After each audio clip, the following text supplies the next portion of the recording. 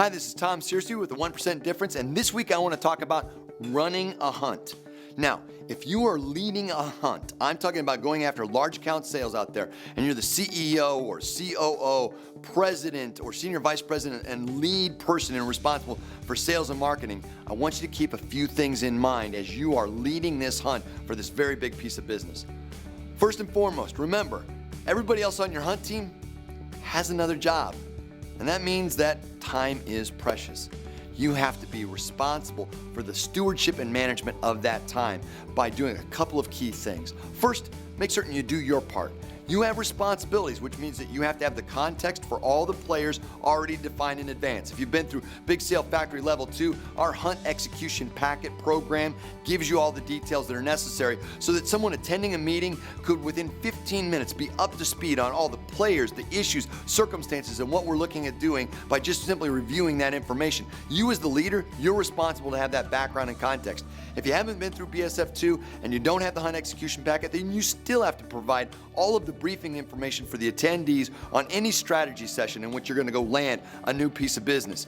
Don't come and do that during the session. This is all material that should be done in advance so that when people show up, they're ready to converse, provide strategy and insights to allow us to be more successful. Second, you're responsible for the updates in communication that come from the prospect or the customer. That means if there's been a new email, a new development, new specification or requirement, you have to gather that information, put that together, and get that out to everybody.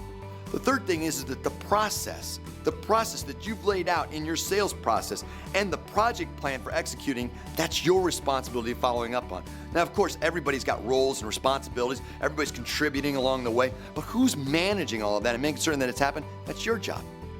Of course, at every meeting, at every touch point with all of our team, there's going to be an ask, right? And the details of that ask, what we're going to ask to get done, and what's going to happen in that meeting, your responsibility to make certain that we get all of those assignments pulled together and put into our project plan. Now, a couple quick tips. Focus on the punch list.